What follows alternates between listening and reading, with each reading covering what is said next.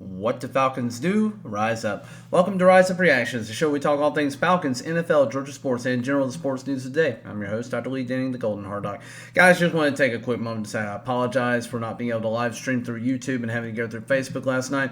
YouTube, I had no clue that you had to wait basically 24 hours from the moment that you click go live on that to even have the possibility of live streaming.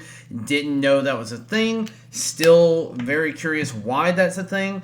But either way, it's just something we had to deal with. And for those of you who did join me in the live stream on Facebook, I know it's not as many as we were anticipating, but thank you so much for joining me. I just wanted to do a quick rapid reaction this morning to some of the notable picks, including the Falcons for the first round. Several trades, a lot of big moves going on in the first round. The biggest moves happening in the earliest part of the draft, with the Houston Texans moving up to the number 3 spot overall, basically making multiple trades, but they ended up taking C.J. Stroud and Will Anderson. I personally like C.J. Stroud as the number 1 quarterback in this draft. Bryce Young, I think, is okay overall. I don't know if he has the measurables. That's my only thing. I think he's very smart. I think he's a good quarterback. I don't know if he's got the measurables, and he does have an injury history. Will Anderson, I think, is the best edge rusher in the draft, so I don't think you're going wrong with that pick no matter what you do. Then we fast forward. You had Anthony Richardson be the only other quarterback after those two taken in the first round. Definitely a surprise. I thought Will Levis would go later on for sure, but I don't know what people are not seeing in him. He still has the highest grade remaining of players, so I think he will go sometime early on day 2 to one of those teams that probably could have taken him in the first round, but now we're going to be very happy he's in the second. Did not expect Seattle to take Devin Witherspoon at corner. Really happy with that pick for him. I think he's a great player. I just thought it was going to be the Lions. Lions ended up, to me, screwing up. They took Jahmyr Gibbs, number 12 overall. I think they could have got him at 18 if they wanted him there. And then you also had them taking, who else did they take? They had Jack Campbell, who's a fine linebacker. He's the best in the class. Probably could have gotten him in the early second or traded back even further out of that 18th pick to get him. So I don't know that I like the value on him for where he was projected to go, but that's fine. As far as the corners go, Emmanuel Forbes going before either Deontay Banks or Christian Gonzalez to the Washington Commies was kind of a mind-boggling one. And then, the Packers not taking a wide receiver to give their new quarterback help, just sticking with what they've done since Aaron Rodgers was a quarterback. They have not spent a first-round draft pick on a offensive skill position player, at least since Aaron Rodgers was drafted, and I think before that. So we're going on somewhere like 20 years where they haven't taken a running back or a wide receiver in the first round. Very surprised how late the wide receivers ended up going. Broderick Jones, tackle, ends up going to Pittsburgh on a trade. I love that move. And again, I'm very surprised that the Titans ended up going with Peter Skoronski after Will Levis basically fell into their laps. And let's get into our pick, Bijan Robinson. Bijan is a perfectly fine running back. He is going to be a great complementary piece with Tyler Algier. Tyler Algier is now our running back too, just by default, having Bijan. Bijan, 5'11", 215 pounds. He's only going to be 21 years old, turning 22 at the start of the season.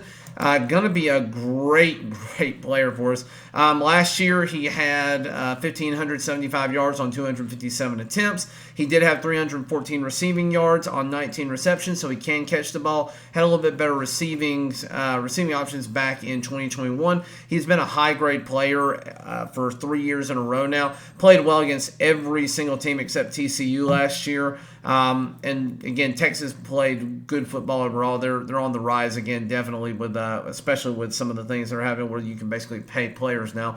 But I do like him, Bijan, as a player. My problem with Bijan is I don't know that I like getting a running back at number 8 overall. I think we could have got him if we traded back a little bit. I certainly think we could have gotten him if we traded back to the Eagles. The Eagles obviously love the Georgia defensive guys, because I think the Eagles won this draft.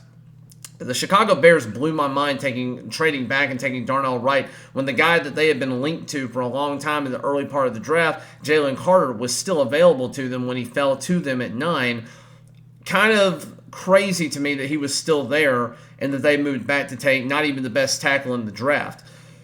with that in mind, Jalen Carter, he is a great player. He's going to be a great Eagle. He's going to be reuniting with Jordan Davis. He's going to be also getting a chance because of the Eagles' last pick, which they had from making the Super Bowl.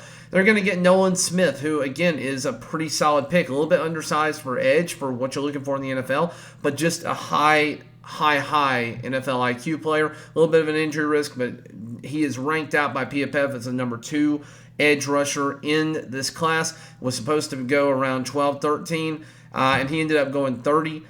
I think that's an incredibly solid move for the Eagles. If you exclude talent, or if you exclude taking players where they were supposed to go, like Houston took guys where they were supposed to go, and they were early round talent, supposed to be elite talent. If you ignore that, the Eagles got the best value for their picks. I think the Eagles won the first round of the draft for that reason. Other notable picks, there was a run on wide receivers from 20 to 23 with Jackson Smith and Jigba going off, and then Quentin Johnston, Zay Flowers, and Jordan Addison all going to Seattle, the Chargers, Baltimore, and the Vikings in that order. And then I think that screwed the New York Giants, who did end up trading up to get a solid corner in Deontay Banks. You had the Bills trading up to get Dalton Kincaid a couple of spots, so I think that's a fine move for them. I'm a little surprised that the Cowboys went with Mozzie Smith. I'm not sure how you say that from the Michigan fans. A little bit surprised. They're surprised they can go with somebody like Miles Murphy or Brian Breesy. Or Nolan Smith at that point, all of whom which shortly afterwards. But it's going to be an interesting second round and third round tonight. I will not be doing a live stream of it. Voice is just barely functional this morning. But guys, again, I'm so sorry that didn't work out. I really had that intention to do that. But thank you for those of you who did watch. Please continue to watch, like, share, subscribe my content.